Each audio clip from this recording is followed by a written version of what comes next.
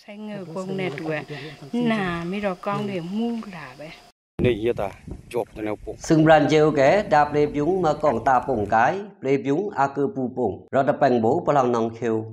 กึ่งตาอ้างมาหวังพลังนองเขียวซึ่งบรันเจลแกดาไวน์ถอยเราจะแปลงโบเปลบยุงพเราอมตีเราต้องคำกายเราจะจันกันเหนียวเกี่ยวพ้นสง่ายอาคือพ้นเดินอาคิงละเมอตนรี